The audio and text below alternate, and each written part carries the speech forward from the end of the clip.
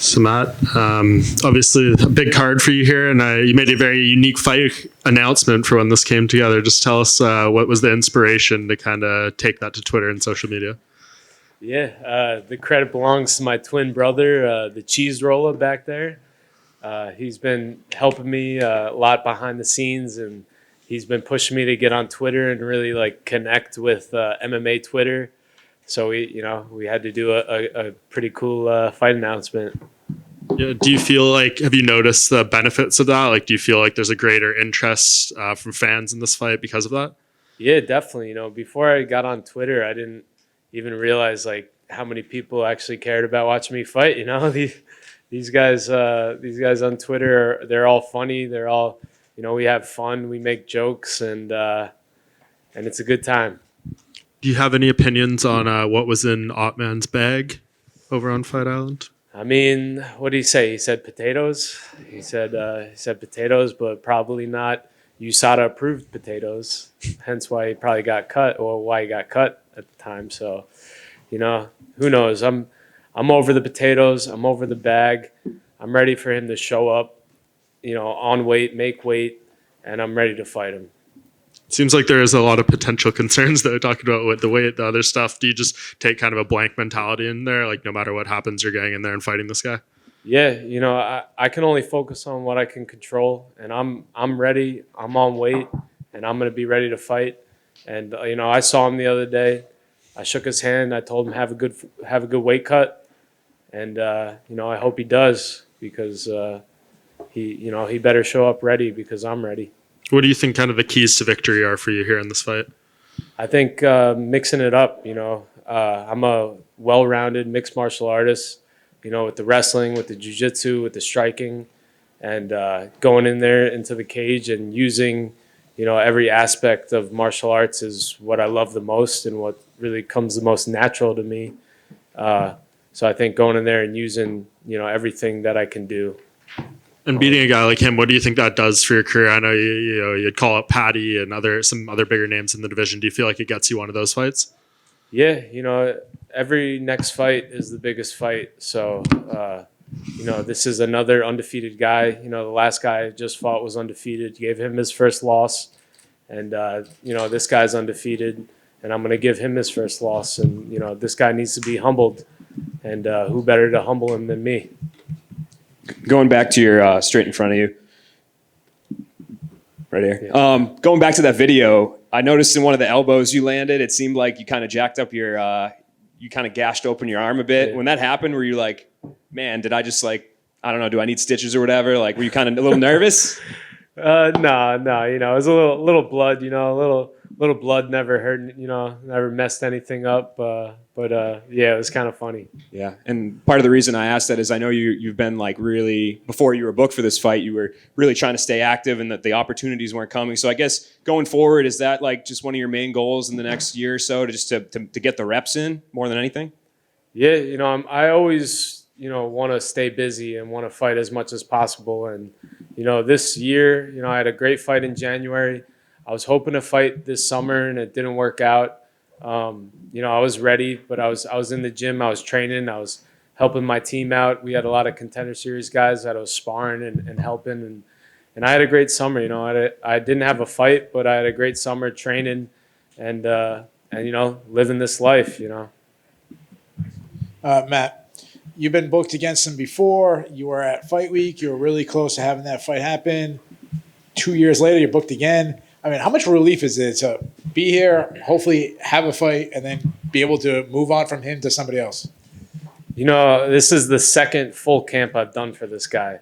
So I'm excited to go out there and do it, when the first fight got canceled, I was definitely bumming, but I was glad I at least got to fight in Abu Dhabi.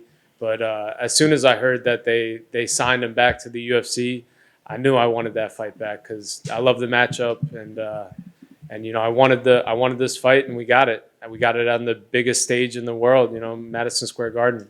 No, he actually hasn't fought in over 2 years now. Is it hard to prepare for somebody that you haven't seen anything they've done in 2 years? Like any improvements they could have made or? No, I watched enough film of his, I've got my breakdown. And again, this is the second full camp I've done for him. And, he's a righty boxer with heavy hands, throws a kick here or there, wants to keep it standing. It's not rocket science getting ready for this kind of guy. So I'm ready. Do you have a prediction? I'm going to finish him. That's it. Every time I fight, I go in there to finish.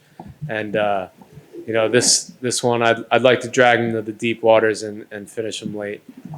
Good luck to you.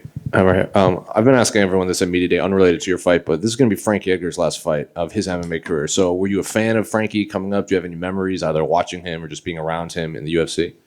Yeah, Frankie's a legend. And I remember, when I first was coming up, my favorite fighter was actually BJ Penn. And I loved BJ Penn. And then this guy, Frankie Edgar, comes up and starts beat up BJ Penn twice. And I was like, who's this guy? And then I find out he's a Jersey guy. And I started watching all his fights. And I was like, how can you not love this guy? So, Frankie's a legend. And watching, just the way he fights, he's like a Rocky, He gets knocked down, but he gets back up and he keeps coming. You got to love him. Do you have any thoughts on the main event between Izzy and Alex? Yeah, I got to go with Stylebender. I think Stylebender's the man. He's the man for a reason. And I know he's lost to this guy twice, but this is a mixed martial arts fight, so it's going to be different.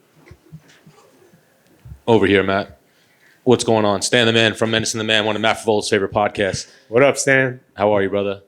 So you got to be excited for fighting this close to home. How many people do you think you're going to have in the building on Saturday? We'll see. MSG cranked up the prices for this one. It's crazy, but we'll have a good amount of friends, a good amount of family, and all the Long Island, all the New York people, will be riding with me, and I appreciate that kind of support.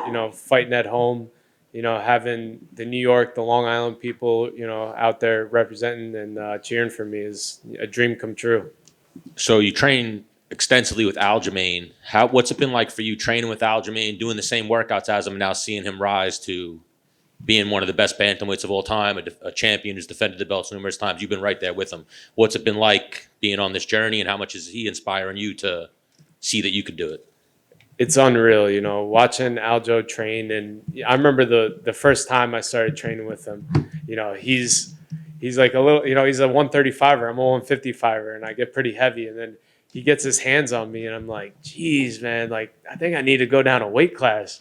He's a beast, and his work ethic is unreal. And then he's so helpful too. He coaches everyone on the team. He helps everyone, and I knew he would be a champion from day one. And watching his career, his highs, his lows, the way he came back from adversity as well, and then taking it all the way to the world championship was so motivating and inspiring. He inspires everybody around him, and I'm lucky to call him a teammate and a friend. And then final one for me, it's a two-parter. Now that you're getting into Twitter, why don't you get on Twitter and start lobbying, making FrevFest a national holiday on Long Island? And then also, where are you partying after you get the W on Saturday? Oh, man, yeah. Yo, Stan, you should have came to FrevFest. Let's go. I missed them all. I know. I'm a loser. I know. But this summer, I'll try to get a fight in, June. And then July, we have a nice Frevola beach banger at the house. We have a good time on Long Island on the water. And I have my annual badminton tournament, which I'm actually not the champ right now. My brother's the champ. But you get to get a game with me in badminton if you beat my dad, because I don't think you could beat my dad, though. No. And after the fight, we'll see. We'll see, man. All right, I got some beers for you. There you go. See you Appreciate it. soon. Good luck on Saturday. Thanks, bro. Thank you, sir. Cool. Thanks, guys.